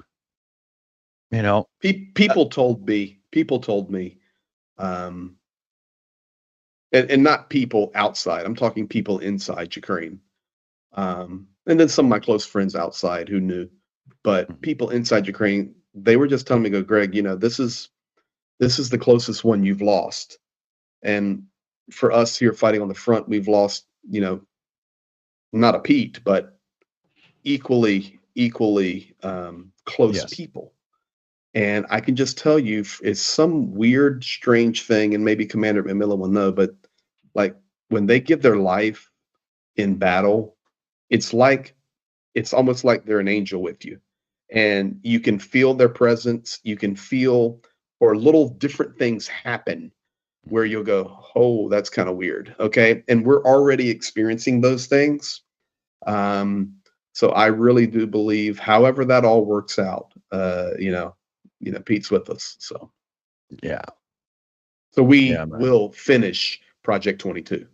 Yes. Period. Or as Slavia and I have taught you guys tonight, Tochka. Yeah. Tochka. Yeah. See, I've heard it enough. I was confident that I could try saying it. You got it, brother. Tochka. Yeah, I was just keeping quiet. Oh, I haven't mentioned it, but I don't know if any of you notice, I got my little background reorganized a bit. And do you see a difference in my Canadian flag? That's the signed battle flag that Greg Terry sent over to me. And you see over here, we've got the painting from Ukraine that Silver Earth had sent to me and whatnot. So That's it's beautiful. it's much more balanced and proper now, isn't it? It is. Both are beautiful. Some of the guys that have signed that flag have paid the ultimate price. Others are Indeed. still fighting. Yeah. And and that with the painting there from Silver Earth, you have two treasures there, brother. So Yeah. awesome. We got one of the patches on the flag. There we go. You can see it right there. There's a birthday card right there that was sent to me. And, you know, of course, I got the little Coca-Cola beer fridge because I'm me. Got to have a beer fridge, right? Do you have a growing lamp under your feet? Yeah, no. Okay. I mean, I don't know. I don't know anything about that world, but I figured, you know, between your beer refrigerator there, you probably have a grow lab under your feet. I don't know. Yeah. I'm just checking. Yeah. You know. 15 years ago, but now it's legal, so you can just go to the store, right? I wouldn't know, but I trust you in it. Yeah. By the way, it's legal in Ukraine now because it's a huge component of healing for PTSD. So that was huge for Zelensky to do that for mental health therapy. I agree. It is definitely, especially the CBD aspect when you get like a good mix in the dose, because that really works. Let me tell you why. In Soviet Union, mental health did not exist, or understanding of mental health. So I just wonder how far Ukraine has come in terms of, getting closer to the West. But I mean, there's no such understanding in the Soviet Union to go to a doctor and say you're depressed. They would laugh at you and tell you, what are you talking about? You're crazy. Right. Yeah. And now, that's not helpful. As Olyena Zelenska, her initiative was huge on mental health, and it's much, much needed. Greg will tell you about, PTSD and all sorts of mental health problems right now that Ukraine is having and is facing. It's I don't know. I know there are different words that I don't understand. I don't know I probably used the wrong word here, but would it be an epidemic, endemic, pandemic? I don't know what it is. Whatever demic it is. I think, yeah. Systemic. Systemic. Here's the deal. It's a big problem in Ukraine. And yeah, it's a big problem. These guys sorry, Slavi, go ahead. Oh, no, I was going to say, if you're in the mental health industry, Ukraine will need a lot of professionals, English-speaking professionals. They need them now and in the future, after the war, during the war. It's going to be a huge help. I was even thinking to start some kind of initiative myself to deal with mental health. But yeah, it's going to be a huge problem, and it already is. I mean, but let me I can explain it to you in this type of picture. Yeah. 3 days ago, we had an aerial attack here in my region, and the Shaheeds are flying overhead, and you can hear them easily. The air alarms are going off. The air defense is going after them. Wow. And the children are playing, and you would not even know. They're not oblivious. They're used to it. And they're desensitized to it. But we all know that they're not desensitized to it. But it is like cordoned off in their mind. And I'm telling you, it's dangerous. The thing's going over your head and the air defense is going off. Anything can be deflected and come right to the ground. And the whole world here in Ukraine has changed. The first few months of the war, everybody running to the bunkers. And, now, just to shoot straight with you guys, it doesn't happen. It doesn't happen. because people are so used to air raids, air alarms, drones flying overhead, missiles heading somewhere. I hate to say it, but it's become normal life in Ukraine, and we all understand that that's going to have a horrible detrimental effect on I was children going to as they say, grow up. actually, we let it happen. We let it normalize. It's not normal to live like that. No, it's not normal. And we in the West are responsible for it. Mm-hmm. Completely agree. I'll agree there. I got a shout out here. White Fishy One through a direct Ko-Fi, coffee, whatever that service is supposed to be pronounced as. I don't know. Hashtag Sugar Cubes, $50 direct donation in. Thank you. So yeah, that'll go right to Greg's fundy pockets, and I'll do that after the show. Great shout, awesome, loving it. Thank you. And just so you know, guys, just stay tuned. You will see those handed off. It's about this big. And you know what? Keep talking, Dick. I got about a 60-second video. You can just show it. How about that? Yeah. Right. Send her over. Good. Let me load that up for you. All right. Mm-hmm. So a quick shout out reminder here again. Let me get it queued up. We've got the NAFO 69 Sniffing Brigade fundraiser going. It's pinned at the top of the chat. You can just simply click that white little bar and it'll take you right there.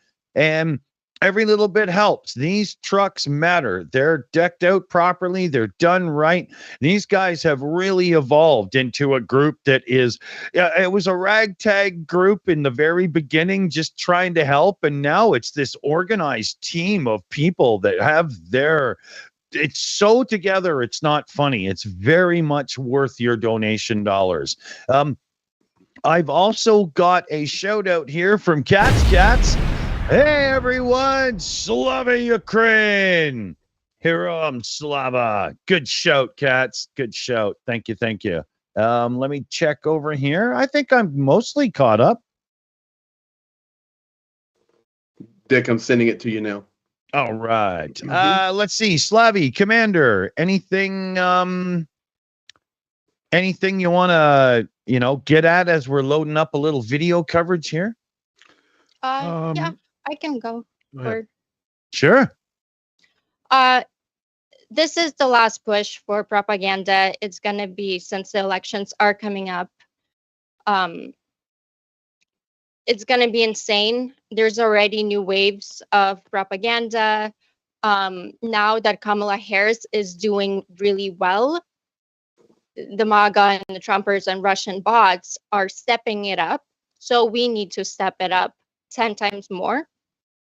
It's very, very important to amplify what's happening in Ukraine. Real news stories, everything needs to be 100 times amplified. This is the last stretch, but it's very, very important, and we just can't give up. So thank you guys for supporting Ukraine, and keep supporting Ukraine 10 times harder at this point, please. So. Slavic, somebody asked in the chat, I saw it just go by, and I don't know where it's at now. What's the name of your hat? I think it's a Vinok. Is it a Vinok? Yeah, Vinok. Mm-hmm. So somebody was asking, I just saw it fly by. What's the name of Slavi's hat? So it's a Vinok. Vinok is like a wreath, like a flower, wreath. Flower wreath hat. Wreath, yeah. Yeah, wreath, yeah. Mm-hmm. It's awesome. There you go. It looks so good. Shout out here from Demetrius Ziganovas. $15 direct donation into the Boom Boom Fund. Slava Ukraine. Heroyam Slava. Good shout, Demetrius. Demetrius is a massive supporter around here. Always throwing into the kitty. Love Demetrius. Love Demetrius. Thank you so much. I've got this queued up and ready, Greg. So, you want to give us an intro here? Yeah, it's so basically this is a soldier that was wounded. He was hit by 3 drones. But he took his damage, and we're not showing it, but it took his damage in his ankle and his foot and had to go through rehabilitation. He's almost ready to head back to his position. And we've known this guy for a long time. And so we decided to get him a sugar cube because he was hit with 3 drones and he never heard them nor saw them. It's just doing his deal and hit. And the sugar cube would have probably protected him from being hurt. He would have known it was coming. Yeah. And didn't have one. So Zhenya's giving him one. It's about a 50-second video and cool. And he says, thank you. So you will see a sugar cube. Here it is. Cool. All right, here we go. Hello, friends. Next to me is our brother, Defender. Hold on, scale that. Hold joke. on. Yeah, what the hell happened there? That's interesting. It scaled itself crazy. So let me just see if I can't fix this. Okay, hold on. Dick, I believe in you. Really? Okay, hold on. I got it loaded up a different way. It's just one of those things in life. Sometimes, it gets you and you've got to fight back. Okay, I'll just be a sec. Hold on. I believe in Dick. Oh, I'm getting ready to sing it. I believe in Dick. I believe Okay, in Dick Dawson. I sense a Broadway musical in the making. Yes. Yeah. Yeah. I'm it's like an Ike thing here we got going on. Okay. This should work. Let me just double check before we jump in because I don't want to okay, that works. And we'll bring it into the center. Are we? Yeah, okay. We might have something here. So let me bring this up. We'll zoom it in proper. And here we go.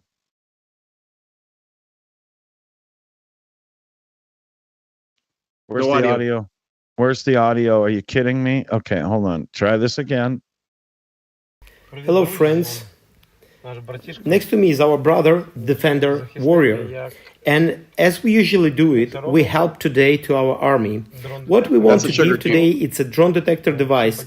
We call it a vanilla sugar cube. Thanks to everyone who helped us to buy it. Now I'm giving it to you, bro, for free for your personal protection and the protection of your brothers and arms.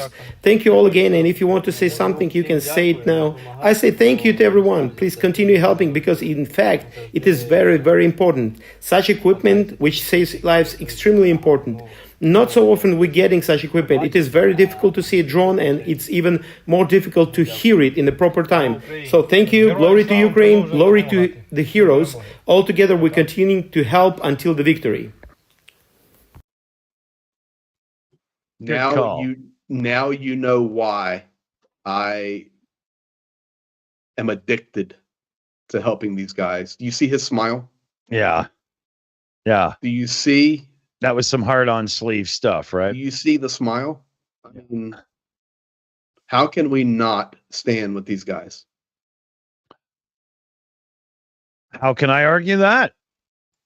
We're coming up on 2 hours here, so we'll do a quick little roundtable. Last thoughts, shout-outs, anything you want to say, and we'll bid everybody adieu here. So, Commander McMillan, you're on the table first, on the podium, on the whatever. Okay.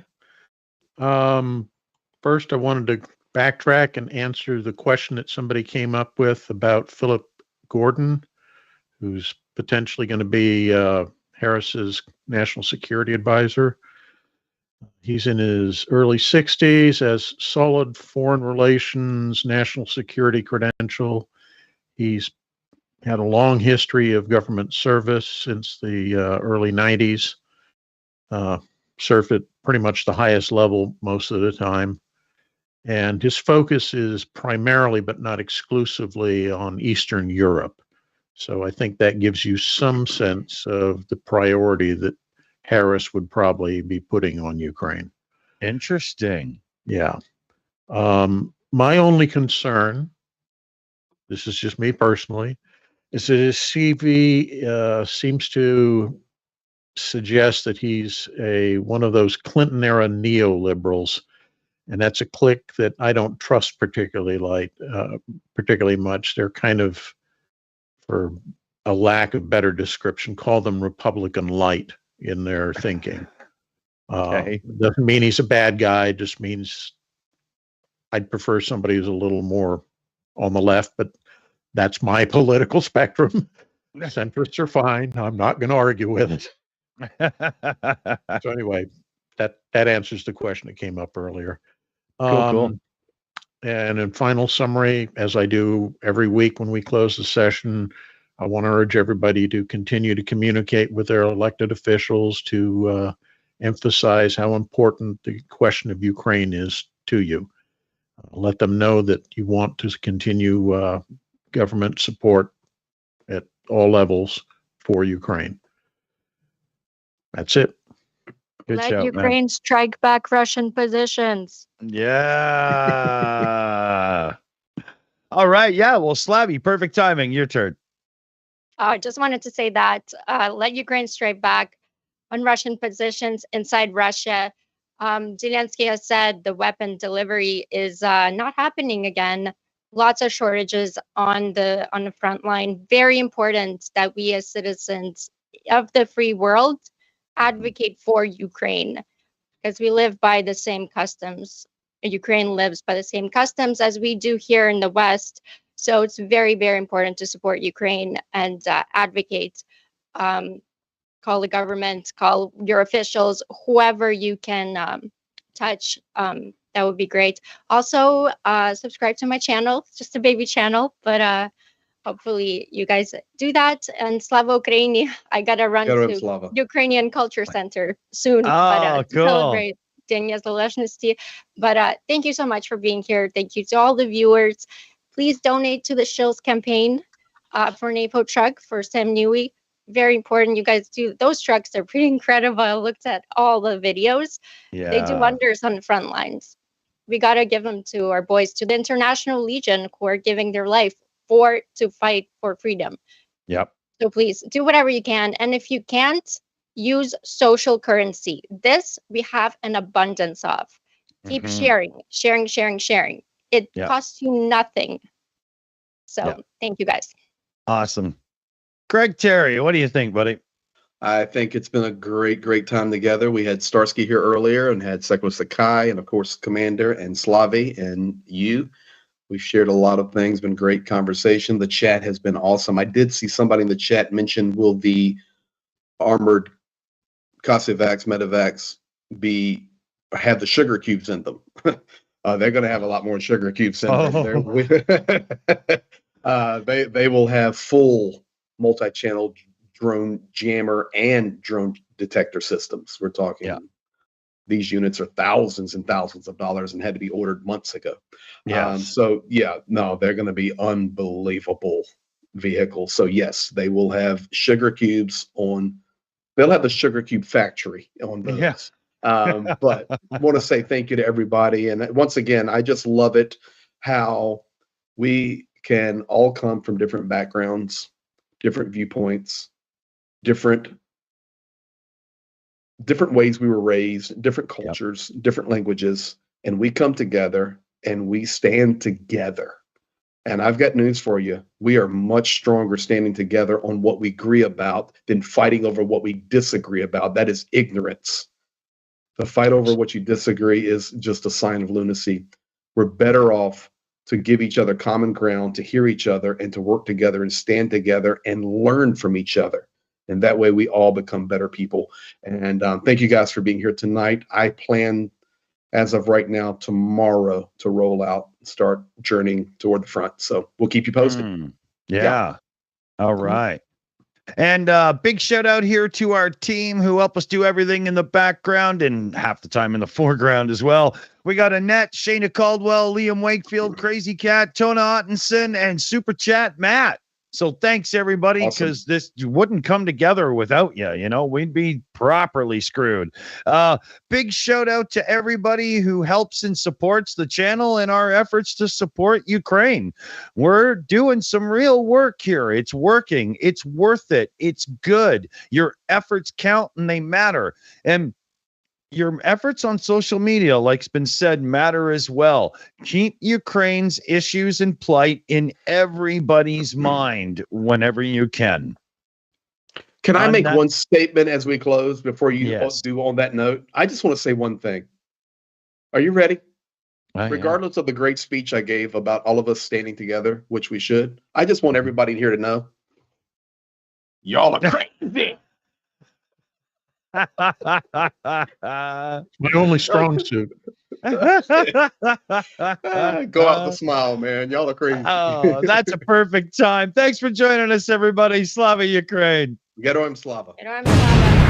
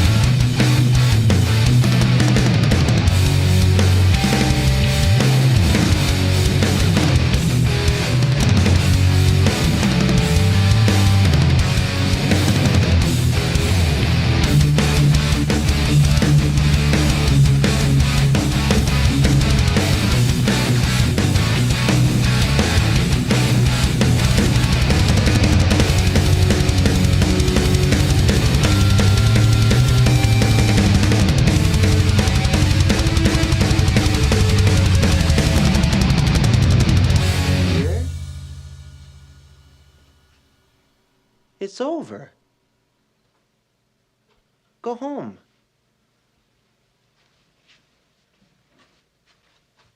Go.